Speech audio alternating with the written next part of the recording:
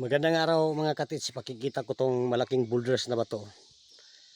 Yan, flat yan sa ibabaw. Ibig sabihin yan ay ritual deposit. Pero pag ganitong setup na may hole dyan, isa, dalawang hole yan. Dito galing. Yan. Passageway. Yan, passageway. Patungo sa target na to. Dito mismo. Dahil yung mga formasyon ng mga bato, malaking boulders na bato ay nakalitriyo yan. Dito naman may isang bato na kusi marker o box marker. Yan, klaro-klaro. Yan na bato. Ngayon, ipakikita ko mga titsa yung formasyon ng mga bato.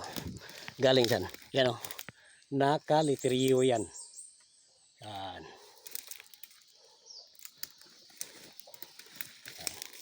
Galing dyan, dito naman, yan, parang hagdanan yan, dito ang mga permisyon, dyan banda, ginawang daanan dito, yan, nakalitriyo, yan. Ngayon, may slash dito, yan, klaro-klaro, sa camera.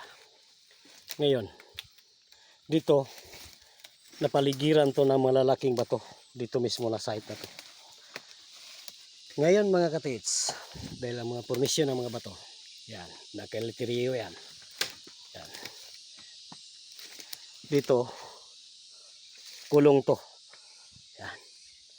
Ngayon, dyan ang pader wall type na ginawang daanan sa gitna o passageway. Klarong-klaro naman yung mga permisyon ng mga bato. Ngayon, ang idikid natin mga katits, nakalitriyo na mga positioning ng mga bato. Yan, klaro-klaro.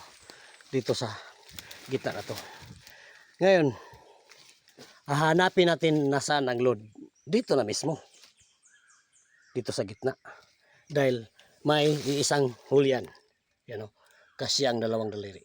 Galing dito. Dito. Yan. 1 yard galing sa hole na yan. Dito mismo. Diyan naman mismo. Yan. Dito yan nakatingin yung mga hole. Yan, dito mismo. Sa site na to.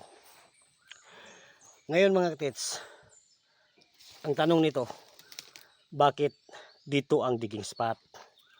Ngayon, hinukay na, mababaw pa lang. Diyan, yan. Flat na bato yan. Box marker. O ginawang kusi marker. Hidden trail marker na yon mga katits. Tinatawag na buried marker. Dito naman oh. May isang bato. Klaro-klaro. Naka-wool type yan.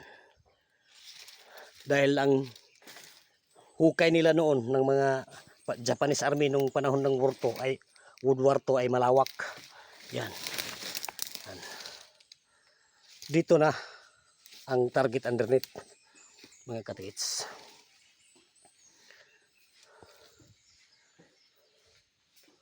Yan o, ang mga dudlak posisyon ng mga hole, dito yan nakatingin. Dahil ang formasyon ng mga bato, yan, nakalitriyo. Yan, nakalitriyo yan. Klarong-klaro sa kamera. Yan. Diyan, ginawang passageway. Yan. Dito. Patungo. Yan. Napaligiran ng malaking bato. Dito. Dito na mismo. Pero pag ganitong setup mga katits, ibig sabihin yan, closed tunnel o may pintuan na sinira. Dito na mismo ang target underneath. Ngayon mga katits, magtanong kayo kung gaano ba ito kalalim? Ay, sobrang lalim nito. Hindi naman yun guro magtatanil yung mga sundalong Hapon na 5 feet lang ang lalim. Inuot 30 feet. Ito, mababaw lang 100 feet nito pag ganitong setup. Dahil talagang may story to na area na to. Na kinampuhan ng Japanese Army ng panahon ng World War II. Ay mayroong 3 pamilyang katutubo na dinakip ng mga sundalong Hapon ay hindi na nakabalik, na missing na mga katits. Hindi lang namin sasabihin kung anong lugar to, pero dito lang to sa Mindanao area mga katits. Yan o, klarong-klaro. Yan. Ang positioning ng mga bato ay nakaliteryo. Ay, dito, kulong to. Dito, bilog. Bilog, binilugan. Napaligiran ng malalaking bato dito mismo. Yan. Napaligiran ng malalaking bato. Yan, klarong-klaro. Dito na, sa gitna.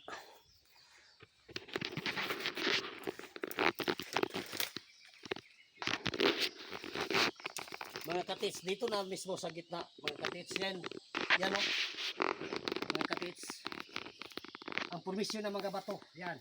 Naka-literyo yan. Klaro-klaro. Dito mismo. Oh.